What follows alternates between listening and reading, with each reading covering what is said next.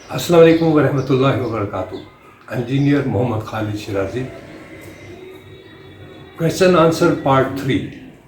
इसमें हमारे साथी इमरान खान साहब, जिनके वालिद साहब रिटायर हुए एज ए डिविजनल इंजीनियर 2016 के अंदर, उनका क्वेश्चन ये था कि मेरे वालिद साहब की रिटायरमेंट के बाद उनकी जब डेथ हुई 2016 में, तो मेरी वालदा साहिबा जो है वो पेंशन तो वसूल कर रही हैं, लेकिन उनकी पेंशन इंक्रीज़ जो गवर्नमेंट के हवाले से है और एरियर जो है वो अभी तक नहीं मिले। इसमें आपने दो रिमार्क्स दिए हैं। एक रिमार्क्स में आपने बताया कि जब तक हमारा मसला सिविल सर्वेंट या वर्कमैन के हवाले से हल नहीं होगा तो, और वीएसएस के हवाले से मसला हल नहीं होगा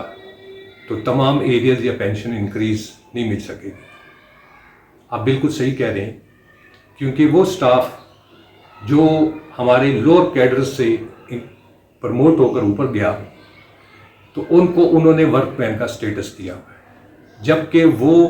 साहबान, वो ऑफिसर्स जो डायरेक्ट ऑफिसर आए through public service commission select होकर, उनको उन्होंने गवर्नमेंट सर्वेंट या टास्क एंड अप्लाई की हैसियत से कंसिडर कर कर उनको तमाम पेंशन दे दी और एरियर्स भी दे दी इंक्रीज़ के साथ। और उनकी जो बेवाएँ भी थी, उन फैमिली की, हमारे जो सीनियर्स थे, काबिल एहतराम सीनियर्स, उनकी फैमिली को पेंशन मिल चुकी हुई है। ये चीज़ जो मैं आपसे अर्ज कर रहा हूँ, इसी वजह से इस वक्त सब साथियों की निगाहें जो है,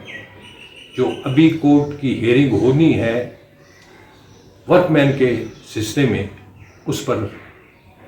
सबकी तवज्जो मरकूज़ है। और साथ साथ जो वीएसएस को चैलेंज किया गया है कि जो साथी पेंशन तो ले रहे थे वीएसएस की शक्ल में, और मैंने जैसे पिछली वीडियोस में काफ़ी वजाहत की है कि हमारे ऐसे साथी जिनकी उम्र 60 साल नहीं थी लेकिन उनकी सर्विस 22 साल थी, 28 साल थी, लेकिन उम्र 60 साल नहीं थी, उन्होंने कहा है कि जी इन्होंने चूँकि वॉलंटरी सेपरेशन स्कीम के तहत पेंशन ली है, इनको इंक्रीज़ नहीं दी जा सकती। अब ये सारे कोर्ट्स, जितने भी केसेस हैं कोर्ट के अंदर, इनकी इंटर कोर्ट अपील के तौर पर जो दाखिल हो रही है या हो चुकी है, उस सिलसिले में जब हियरिंग प्रॉपर वे से होगी और सही मानों में उसके फैसले होंगे तो फिर कुछ कहा जा सकता है।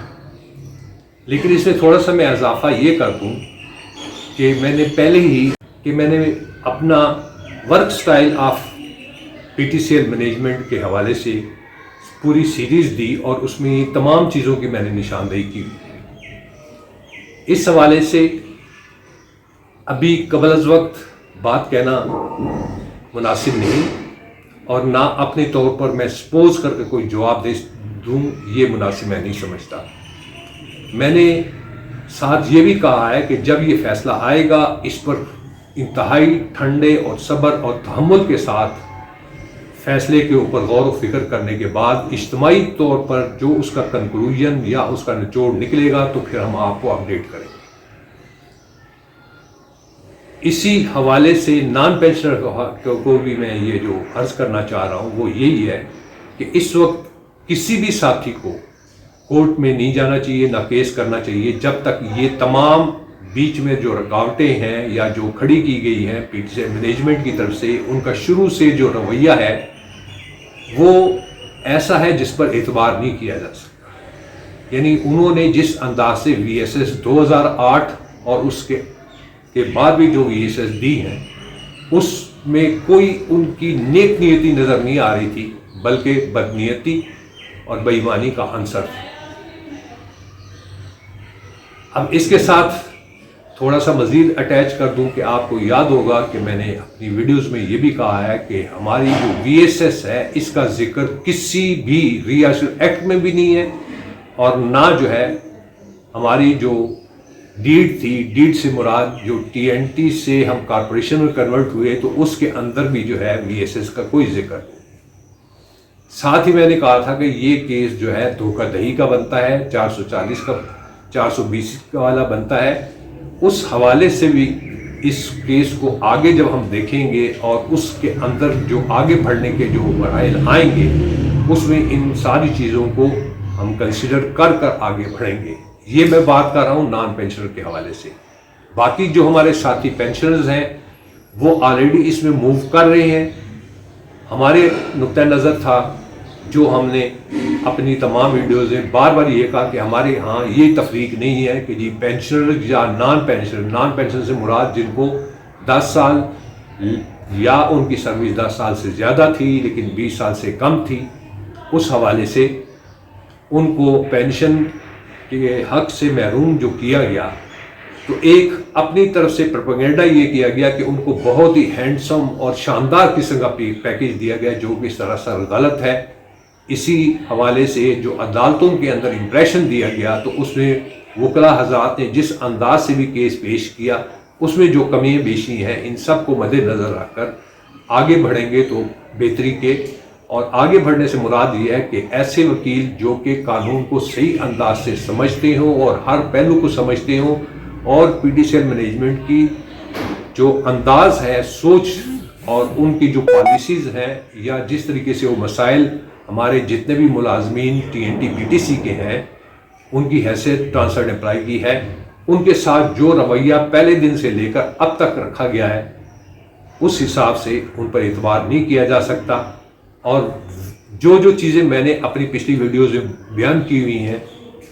Work style of PTCL management, तो उसमें तमाम ये चीज़ें मैंने इकट्ठी कर कर आपके सामने पेश की थी, लेकिन इसके अंदर मैंने मज़ीद थोड़ी सी वजाहत दोबारा नए सिरे से देकर आप सब साथियों को आगाह किया। उन साथियों को जो ऑलरेडी पेंशन ले रहे हैं और जिन साथियों ने सवाल किए उसके हवाले से मैंने आपके सामने जो जवाब आपके सामने जो अर्ज़ कर रहा हूँ या जवाब दे रहा हूँ उन सारी चीज़ों को मद्देनज़र रखकर हम आपके सामने वजाहत पेश कर रहे हैं। इसमें बहुत ही मोहतरम वकला हज़रात हैं जो कई दफ़ा अपने वॉइस क्लिप के ज़रिए से हम उनके मैसेज सुनते रहे हैं या सुन रहे हैं। बहरकैफ है रिज़ल्ट जब आएगा अदालत का उससे पता चलेगा कि किस रुख पर ऊंट करवट पर बैठता है या क्या फैसला आता है। अब तमाम साथियों से अर्ज़ ये है कि ज़हनी तौर पर अपने आप को परेशान करना या ज़हनी तौर पर ज़रा बददिल होना, ये इसकी तरफ इससे बेहतर होगा कि सब्र तहम्मुल और अल्लाह की ज़ात पर भरोसा करें। इंशाअल्लाह अल्लाह ताला बेहतर करेगा और इंशाअल्लाह हक मिल कर रहेगा, देर से ही, लेकिन अल्लाह के यहाँ अंधेर नहीं है। अल्लाह की ज़ात कैसे गैब के ख़ज़ानों से अनवार पैदा करती है ये उसकी ज़ात जानती है। हमें मायूस नहीं होना चाहिए, देने वाली ज़ात अल्लाह की है। अल्लाह करीम हमारे तमाम साथियों पर अपना फज़ल व करम फरमाए, दीन और ईमान की सलामती अता फरमाए और हमारे तमाम साथी, उनके बच्चे, उनके घर बार, हर मामले में उनके लिए खैर और आसानी फरमाए। नेक दुआओं के साथ अगर कोई और आपने वजाहत मांगनी हो किसी भी साथी ने तो 100 बिस्मिल्लाह में हाजिर। मेरा मकसद